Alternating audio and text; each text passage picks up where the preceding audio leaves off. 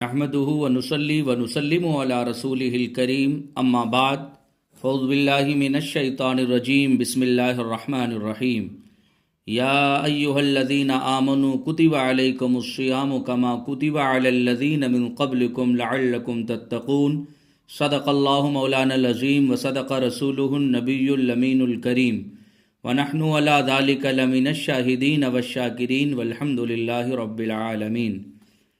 عقیدت و محبت کے ساتھ بارگاہ رسالت مآب صلی اللہ علیہ وسلم میں درود و سلام کا نذرانہ پیش کریں۔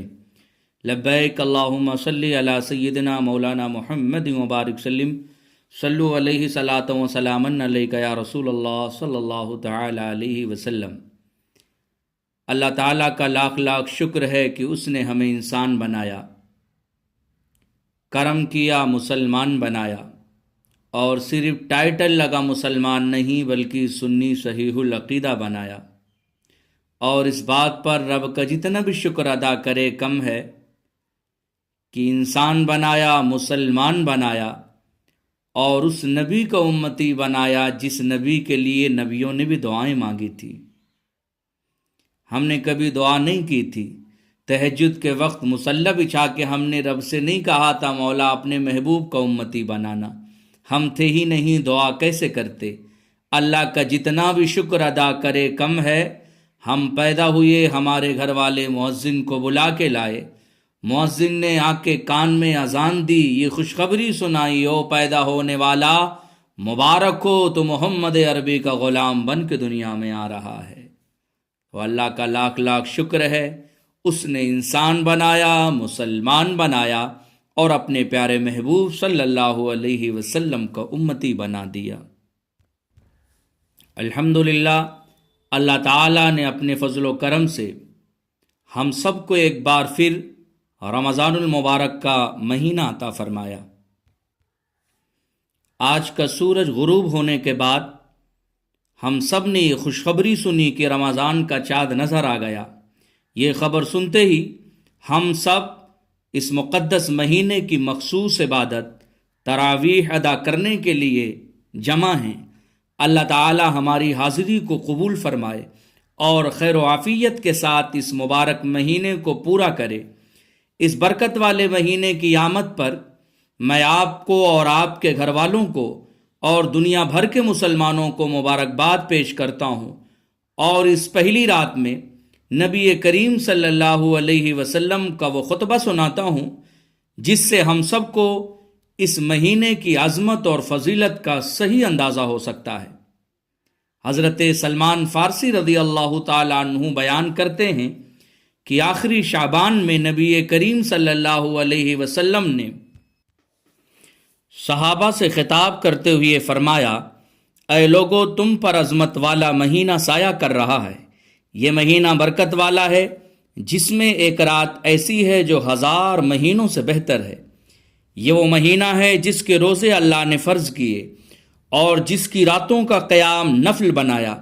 جو اس مہینے میں کسی نفلی نیکی سے اللہ کا قرب حاصل کرنا چاہے تو اسے فرض ادا کرنے کے برابر ثواب ملے گا، اور جو اس مہینے میں کسی نفلی نیکی سے اللہ کا قرب حاصل کرنا چاہے تو اسے فرض ادا کرنے کے برابر ثواب ملے گا، اور جس نے اس مہینے میں ایک فرض ادا کیا تو اسے دوسرے مہینوں کے 70 فرضوں کے برابر ثواب ہوگا۔ یہ صبر کا مہینہ ہے اور صبر کا ثواب جنت ہے۔ یہ آپس میں ہمدردی کا مہینہ ہے۔ یہ وہ مہینہ ہے جس میں مسلمانوں کا رزق بڑھا دیا جاتا ہے۔ جو اس مہینے میں کسی روزے دار کو افطار کرائے تو اس کے گناہوں کی بخشش ہوگی اور جہنم سے اسے آزاد کیا جائے گا، اور اس کو روزے دار کا ثواب ملے گا، اور روزے دار کے ثواب میں کمی بھی نہیں واقع ہوگی۔ حضرت سلمان فارسی عرض کرتے ہیں، یا رسول اللہ صلی اللہ علیہ وسلم، ہم میں سے ہر شخص کے پاس روزہ افطار کرانے کا انتظام نہیں ہے، تو حضور صلی اللہ علیہ وسلم نے فرمایا، اللہ یہ ثواب اس شخص کو بھی دے گا جو دودھ کے ایک گھوٹ یا کھجور یا ایک گھوٹ پانی ہی سے کسی کو افطار کرائے، اور جس نے روزے دار کو پیٹ بھر کھانا کھلایا، اللہ اسے قیامت کے دن وہ پانی پلائے گا جس کے بعد جنت میں جانے تک وہ کبھی پیاسا نہ ہوگا۔ یہ وہ مہینہ ہے جس کے اول میں رحمت، بیچ میں بخشش اور آخر میں جہنم سے آزادی ہے، اور جو اس مہینے میں اپنے غلام سے نرمی کرے گا تو اللہ اسے بخش دے گا اور جہنم سے آزاد کر دے گا۔ میرے پیارے بھائیو، آقا صلی اللہ علیہ وسلم کا یہ خطبہ رمضان کی عظمت اور برکت کو سمجھنے کے لیے واضح اور کافی ہے۔ غور فرمائیے کہ آپ نے اس مہینے کے آنے کی خبر دیتے ہوئے فرمایا کہ تم پر ایک عظیم مہینہ سایہ کرنے والا ہے، یعنی رمضان ایک ایسا سایہ دار درخت ہے کہ جو مسلمان بھی اس کے نیچے تھکا ہارا آتا ہے اس کو یہ سکون بخشتا ہے، دنیا اور آخرت کے عذاب سے بچا لیتا ہے۔ حقیقت یہی ہے کہ روزہ رکھنے والا اگرچہ دن بھر کا بھوکا پیاسا رہتا ہے، رات کو تراویح ادا کرتا ہے، لیکن اس کے باوجود اسے خاص فرحت، سکون اور روحانی سرور حاصل ہوتا ہے۔ جیسا کہ نبی کریم صلی اللہ علیہ وسلم نے فرمایا، روزے دار کو دو خوشیاں نصیب ہوتی ہیں، ایک تو افطار کے وقت اور دوسری اپنے رب سے ملاقات کے وقت نصیب ہوگی۔ جب مسلمان افطار کرتا ہے تو اس کو خوشی اس کے چہرے سے ظاہر ہونے لگتی ہے، سکون ملتا ہے، ایک اچھا سرور ملتا ہے۔ اس کا صحیح اندازہ صرف روزے دار ہی کو ہوتا ہے۔ روزہ پورا ہونے اور اس عظیم عبادت کے ادا کرنے میں کامیابی پر خوشی سے دل جھوم اٹھتا ہے۔ اس روحانی کیفیت و سرور کا اندازہ انشاءاللہ کل سے ہم سب کو ہوگا۔ اور دوسری خوشی جو خدا کے دربار میں حاضری کے وقت نصیب ہوگی، اس کو ہم اپنے لفظوں میں کیسے بیان کر سکتے ہیں؟ اللہ ہمارے روزے کو قبول کرے تو ہمیں یقین ہے کہ پھر قیامت کے دن ہمارا رب ہم سے خوش ہو کر یہی فرمائے گا، اے بندے، جو میں نے کہا وہ تو نے دنیا میں مجھے راضی کرنے کے لیے کیا، تو اب میں تجھ سے راضی ہوں، اور اب یہاں جو تو کہے گا وہ میں کروں گا۔ سبحان اللہ۔ نبی کریم صلی اللہ علیہ وسلم نے اپنے خطبے میں ہمیں بتایا کہ یہ مہینہ ایسی رحمتیں برستا ہے کہ اس مہینے میں ایک نفلی نیکی کرنے والا اتنا ثواب پاتا ہے جتنا عام دنوں میں فرض ادا کرنے پر ملتا ہے، اور اس مہینے میں ایک فرض عبادت کرنے والے کو اتنا ثواب دیا جاتا ہے جتنا عام دنوں میں 70 فرض ادا کرنے پر دیا جاتا ہے۔ لہٰذا آج ہم جس قدر بھی خدا کا شکر ادا کریں کم ہے کہ اس نے ہمیں اتنی عمر عطا فرمائی کہ ہمیں یہ مہینہ نصیب ہو گیا۔ اب ہم جتنا چاہیں ثواب لوٹ لیں اور جو چاہیں اپنے رب سے مانگ لیں کہ اس کی رحمت کا سایہ پھیلا ہوا ہے، بس اس کے نیچے ہمیں پہنچنے کی دیر ہے۔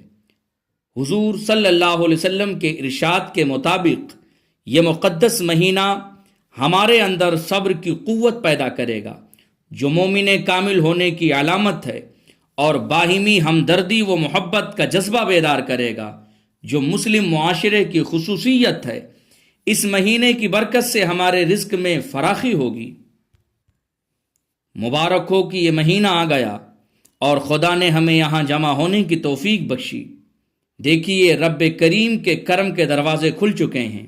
میرے کریم آقا صلی اللہ علیہ وسلم فرماتے ہیں کہ جب رمضان کی پہلی رات ہوتی ہے تو شیاطین اور سرکش جن قید کر دیے جاتے ہیں، دوزخ کے دروازے بند کر دیے جاتے ہیں کہ ان میں سے کوئی دروازہ نہیں کھولا جاتا ہے، جنت کے دروازے کھول دیے جاتے ہیں کہ ان میں سے کوئی دروازہ بند نہیں کیا جاتا ہے، اور غیبی پکارنے والا پکارتا ہے کہ اے بھلائی چاہنے والا آ، اور اے برائی چاہنے والا باز آ جا، اور اللہ کی طرف سے لوگ جہنم سے آزاد کیے جاتے ہیں، اور یہ ہر رات ہوتا ہے۔